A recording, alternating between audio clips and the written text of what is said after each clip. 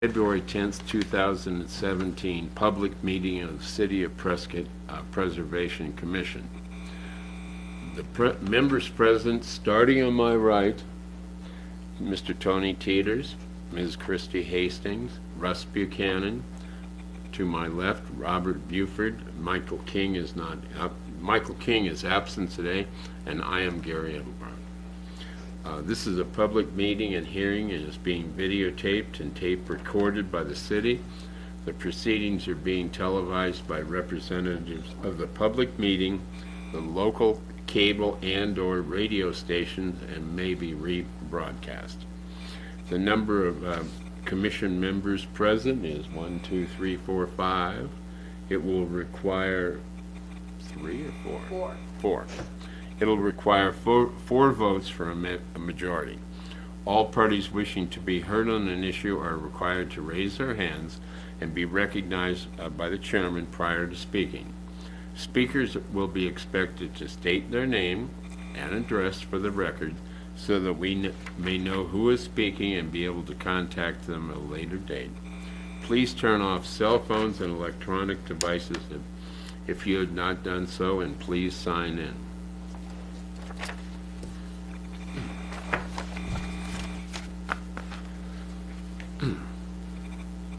The agenda requires that we approve the minutes of our last meeting, and all you read the minutes. Is there anyone who wishes to make any changes? Can we have a motion to approve? I move that we approve the minutes for October 14th, 2016 meeting. Second? I'll second that. Thank you. We have a motion to approve and a second. All that are in favor, please raise your right hand. Passes unanimously. Minutes are approved. On our agenda today is the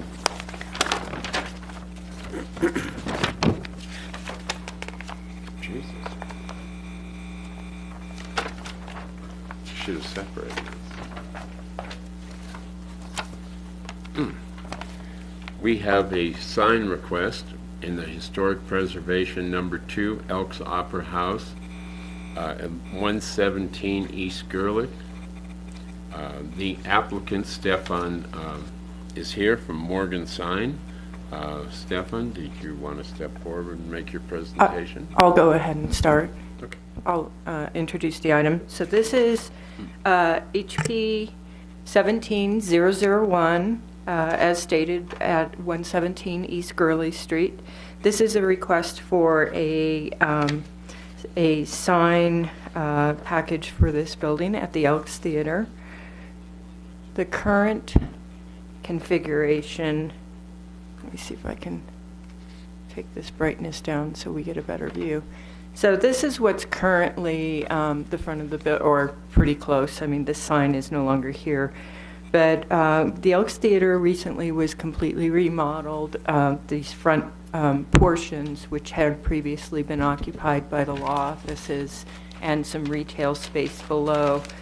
The cabinet signs were left over from the previous occupants in this building, and the cabinet signs remained, and these white inserts had just been, their blanks had been left in these cabinet signs until those spaces were filled by new tenants. New tenants have started to go into these retail spaces, and John Hancock Barbershop is in one of these spaces, but they had elected to put their signage in the window rather than being on these inserts. And recently the building owner decided to create a comprehensive sign package for, a consistent signage detail for these 4 retail spaces. And one of the driving factors here is that per the Land Development Code, signs with white backgrounds are not allowed in the city. And so these white inserts could not actually be used as the background for new signage for these tenants. So the proposal here is to create signage that looks like this, and this is depicting, let me zoom out just a little. This is depicting 3 of the tenants that are already occupying this space. This is the Performing Arts Center sign here. This is the John Hancock Barbershop that's occupying this space to the west of the marquee. And then Paisley's is a new tenant that has not moved in but is about to move in. So this is 3 of these signs will be are requesting to be installed soon, and then the 4th space is available for rent.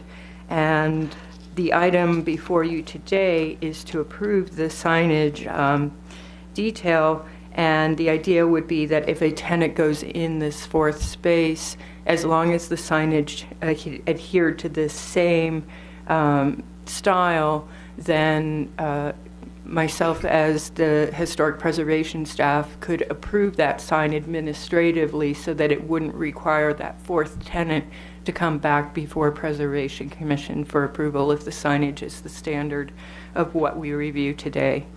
And as Gary stated, we do have Stefan here from Morgan Sign, and with that I'll turn it over to you all for questions. Stefan, would you step up to the... I am curious, though, Kat, you did mention that the barber shop had elected not to use that space for their sign. So, how is that going to work? Do they have to put their sign up there, or they don't? They're not required. I think that they had gone with signage in the window. It's gold? Is it gold leaf or is it a vinyl applique that they're? Good morning, everyone. I'm Stefan Markov. Oh, it is a question for Stefan. 704 East Moeller. Ta-da. Okay. Yeah, the vinyl that's applied on the frontage of the window is just white Okay. vinyl. The reason it looks dark is because of the tinting of the windows, but actually one of them on the front is mounted on the front surface, so it's stark white. You can kind of see Barber in the window reflection right there. That was approved by the landlord, so... And signage in the window is not regulated under our land development code. So they were able to place that signage in the window without coming before Preservation Commission. Sure. So will the signage in the window stay? It can. It's up to them. So double signage, that's...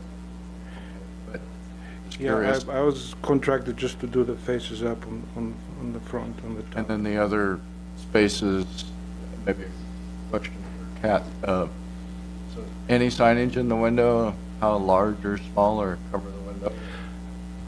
Do you want to? It's exempted. All Okay. signage in the window is I exempt. think that was also to the landlord to approve Yeah. it too, though. So. Well, and the landlord is trying to create a really consistent, tidy look for the front of this building. So I think that the landlord would be the person to review the window signage. Okay, thanks. So, Kat, Stefan, the cabinets remain, but the white backsplash or Insert. Well, yeah, the process we're using is just opaque vinyl that we cut the letters out and apply to the white faces, so the light only goes through the letters, and that's the only additional material that we're using, frankly. Okay, so the white look goes away, the white letters remain, Correct. and these are illuminated, Yes. and it's kind of optional to use the cabinet or not, at least for the barber shop.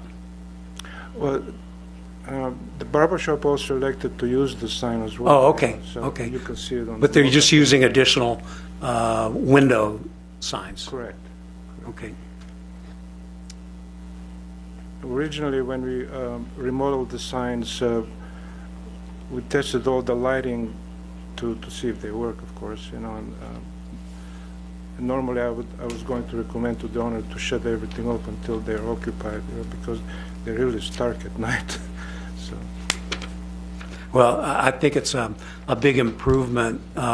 Those white cabinets with the paint job that's on there now and everything, they stick out like a sore thumb. It's I can see a, now that the exterior really shows up fairly well. They don't dominate the frontage at all. thank you. Thanks. Any further questions? Can we have a motion to approve? Mr. Teeters? I move that we approve agenda item HP 17001 as written. Second. Second by Ms. Hastings. A vote, please. Raise your right hand. Aye. Aye. Passes unanimously. And we have a video presentation.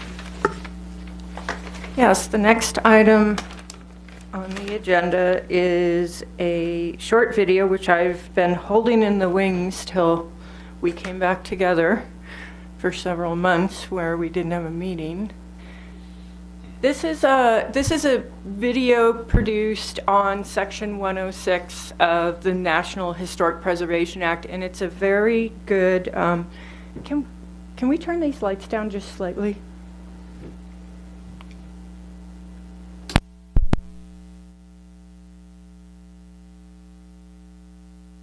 Oh, yeah, there we go. All right, let's. And I haven't tested the volume on this, so let me just give it a go.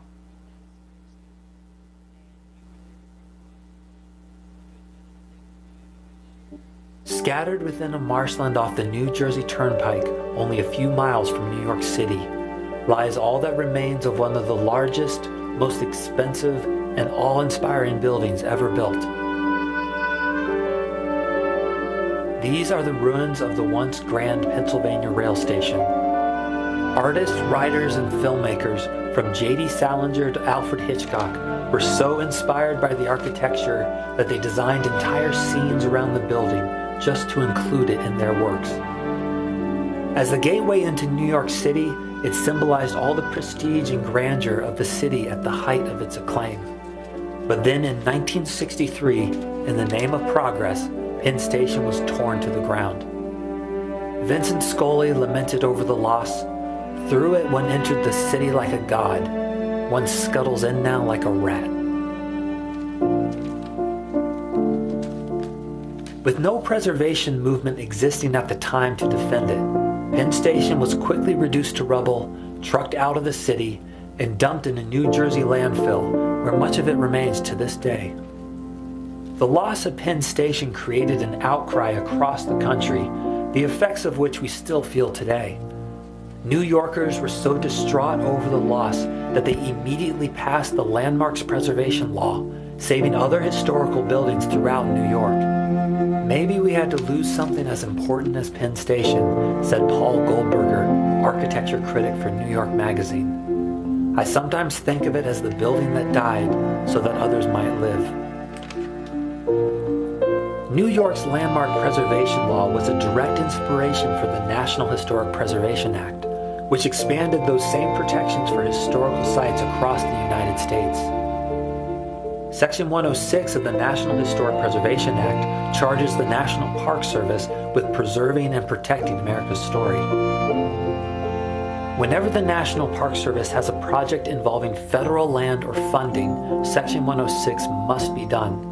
It also applies to any cultural resources listed on or eligible for the National Register of Historic Places. The mission is to protect our history by ensuring that no historical structure or landscape will ever again be lost through lack of planning or foresight. While the impact of destroying a historic landmark like Penn Station is obvious, many small and often well-intended projects in our parks could have similar unforeseen consequences.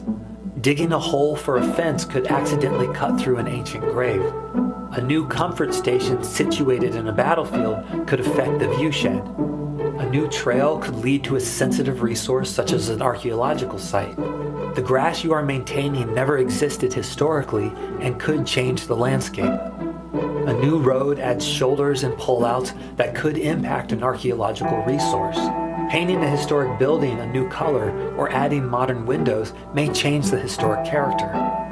The Section 106 compliance process helps us find solutions to balance the goals of historic preservation and park priorities and must be followed for every project.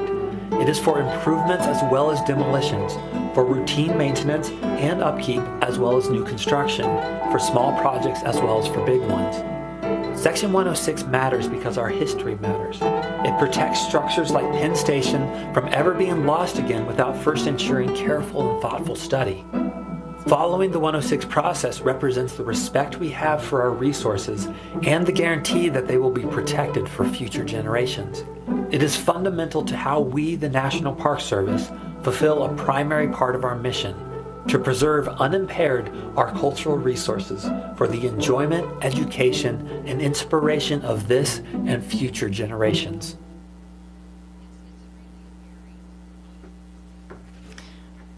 Okay, I thought that was a really well done video, and it explains how the evolution of the National Historic Preservation Act was really a grassroots effort by the citizens, spurred on by the destruction of Penn Station. We still today do deal with Section 106 as part of the procedures here at the city. So we have CDBG, Community Development Block Grants, that are federal funding that is provided to the city for projects. And of course, Darla is working on those projects. And so we do Section 106 review for those projects, whether they be recently Boys and Girls Club improvements, West Yavapai Guidance Clinic drainage. We're currently having State Historic Preservation review a project for a low water crossing on the west side of Granite Creek Park to replace a bridge that got washed out in some flooding. And so because we're using the federal funds through CDBG program, then these projects end up getting reviewed by myself and then also down at State Historic Preservation Office. So this is an ongoing effort to make sure, and some of these are very small projects, but anything that does receive federal funding does kick in Section 106 of this act. So I wanted to make you aware of this, that it is something that we do here at the city as part of improvements that happen. And as many of you know here, we had a loss to the Preservation Commission. On Monday, I came into the office and was reading the obituaries, and the chairman of this commission, DJ Butke, has passed on. This is an unfortunate thing to hear about. On Monday morning, I was expecting to see him here today, so very sad. I wanted to make you aware that tomorrow,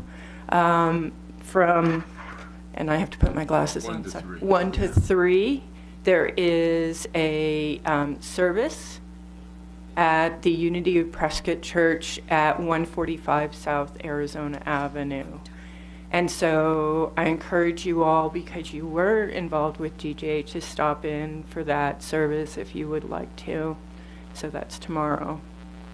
And very sad to see that DJ passed on. Can we have a moment of silence and no prayers, just bow your head?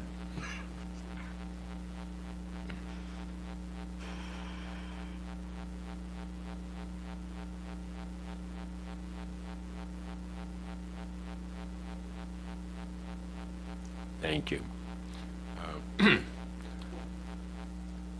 Is there anything else we need to discuss? No, I have nothing else. If that's the case, we will close the meeting and adjourn. Thank you. I learned that from DJ.